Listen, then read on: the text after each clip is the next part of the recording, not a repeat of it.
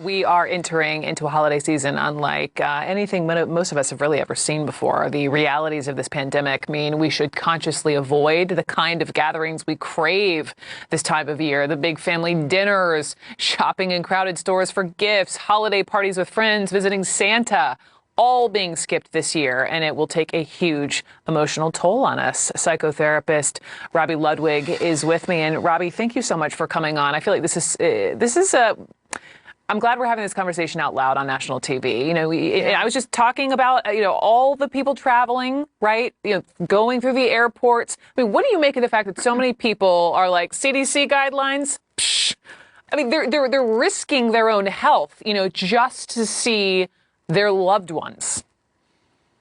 There is something called pandemic fatigue. So people are really tired of missing out and putting their life on hold.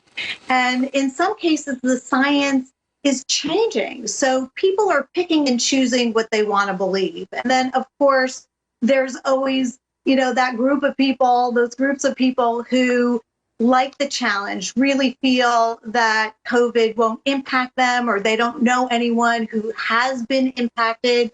So it's worth the risk.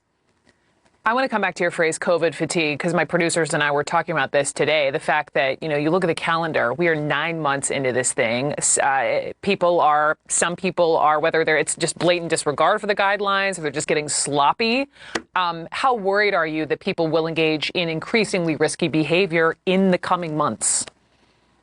Well, here's the thing with COVID. You can think that you're following the CDC recommendations and still put people in harm's way. It's not foolproof. And any physician will tell you that. You can take a test, have it be negative, and then it could turn positive later.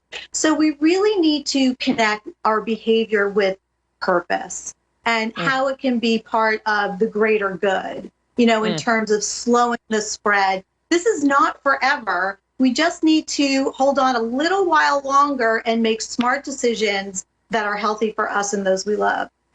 Robi, what about the holidays specifically? So many people are going to be alone. The holidays are already a tough, sometimes triggering time for people. What advice do you have just in terms of coping?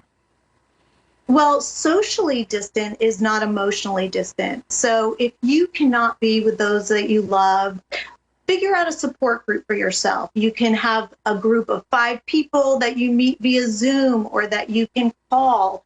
Write letters to those that you love. Find different ways to take care of yourself. You can acknowledge that this is a really difficult time.